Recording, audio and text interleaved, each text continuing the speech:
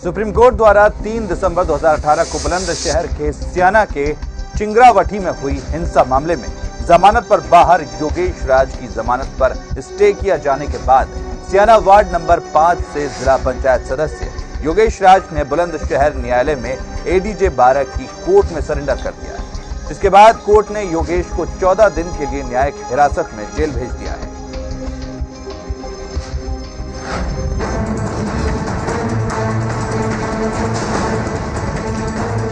अपने समर्थकों के साथ बुलंदशहर जिला कोर्ट में खुद को सरेंडर करने पहुंचा। ये 3 दिसंबर 2018 को सियाना के चिंगरावटी में हुई उस हिंसा का आरोपी है जिसकी गूंज न सिर्फ पूरे देश में सुनाई दी थी बल्कि हिंसा के दौरान सियाना कोतवाली के तत्कालीन थाना प्रभारी सुबोध कुमार सिंह शहीद हो गए थे, जबकि हिंसा में सुमित नाम के एक युवक की मौत हो गई थी। हिंसा के दौरान जमकर बवाल हुआ था। उपद्रवियों ने चिंगरावटी चौकी को आग के हवाले कर दिया था और चौकी और उसके आसपास खड़े वाहनों को भी फूंक दिया था। बता दें कि 3 दिसंबर 2018 को सियाना क्षेत्र में गौकशी को लेकर जमकर हिंसा हुई थी। हिंसा में तत्कालीन सियाना कोतवाल सुबोध कुमार सिंह और एक युवक सुमित की मौत हो गई थी। एसआईटी ने जांच कर सियाना हिंसा के मामले में योगेश राज समेत 44 आरोपियों को गिरफ्तार कर जेल भेज दिया था। हाईकोर्ट से आरोपी योगेश राज को जमानत मिल गई, जिस पर शहीद इंस्पेक्टर सुबोध कुमार सिंह की पत्नी रजनी सिंह ने सुप्रीम कोर्ट में याचिका दायर की। तो 3 जनवरी को सुप्रीम कोर्ट ने सियाना हिंसा के आरोपी और जिला पंचायत सदस्य योगेश राज को 1 सप्ताह के अंदर आत्मसमर्पण करने का आदेश दिया था।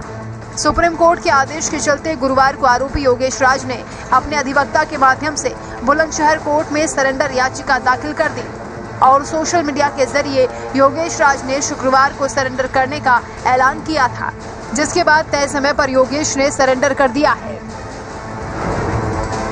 देश की सर्वोच्च अदालत द्वारा सियाना हिंसा के आरोपी योगेश राज को 1 सप्ताह के भीतर कोर्ट में आत्मसमर्पण के आदेश के बाद आज योगेश राज अपने समर्थकों के साथ बुलंदशहर जिला न्यायालय पहुंचा और उसने एडीजे 12 की कोर्ट में सरेंडर कर दिया। आपको बता दें कि योगेश राज 3 दिसंबर 2018 को हुई सियाना हिंसा का आरोपी है। 3 दिसंबर 2018 को योगेश ने उस भीड़ का नेतृत्व किया था जो गौकशी की वारदात के बाद चिंगरावटी चौकी के पास घटना के विरोध में प्रदर्शन कर रही थी। उस दौरान योगेश बजरंग दल का जिला संयोजक बताया जाता था और घटना के बाद योगेश जेल गया था। यूपी हाई कोर्ट से जमानत मिलने के बाद योगेश राज ने 2021 में हुए यूपी ग्राम पंचायत चुनाव के दौरान सियाना के वार्ड नंबर 5 से भाजपा समर्थित प्रत्याशी के सामने निर्दलीय जिला पंचायत सदस्य का चुनाव लड़ा था। इतना ही नहीं, जिला पंचायत सदस्य चुनाव में योगेश ने भाजपा के प्रत्याशी को 2080 वोटों से शिकस्त देकर जीत। अब योगेश राज सोशल मीडिया पर लगातार 2022 में सियाना से विधानसभा चुनाव लड़ने की बात कर रहा था।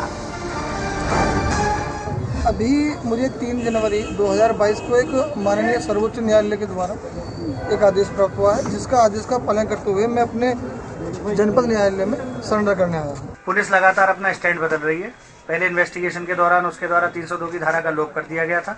आज माननीय उच्चतम न्यायालय के समक्ष जब एक एसएलपी लंबित है, उसमें पुलिस और सरकार के द्वारा अब ये कहा गया है कि वो सभी आरोपियों पे 302 की कार्रवाई करने के लिए प्रयासरत है। इसी प्रक्रम में आगे माननीय उच्चतम न्यायालय के द्वारा आदेशित किया गया था कि 7 दिन के अंदर योगेश राज अधीनस्थ न्यायालय में सरेंडर करके मुकदमे के विचारण में तेजी से विचारण में सहायता करें। उसी अनुक्रम में आज योगेश राज एडिशनल सेशन जज 12 यहाँ न्यायालय है उसमें समर्पण कर रहे हैं। पत्रावली अभी आरोप के लिए लगी हुई है। हम ये भी प्रार्थना माननीय न्यायालय के समक्ष लेके चल रहे हैं कि अगर संभव हो तो योगेश की पत्रावली सबसे अलग की जाए और उसको शीघ्र विचारण में वह पूर्णतः सहयोग करने के लिए तत्पर है। हालांकि सुप्रीम कोर्ट में जमानत स्टे होने के बाद योगेश आज अपने समर्थकों के साथ बुलंदशहर जिला कोर्ट पहुंचा और योगेश ने एडीजे 12 की कोर्ट में सरेंडर कर दिया। गौरतलब है कि योगेश राज बुलंदशहर के चिंगरावटी में हुई उस हिंसा के आरोपी है जिसकी गूंज देश के कोने कोने में सुनाई दी थी। आपको बता दें कि इस घटना के दौरान शहीद हुए इंस्पेक्टर सुबोध सिंह की पत्नी रजनी सिंह द्वारा सुप्रीम कोर्ट में याचिका दायर किए जाने के बाद आज योगेश राज को बुलंदशहर जिला न्यायालय में सरेंडर करना पड़ा है।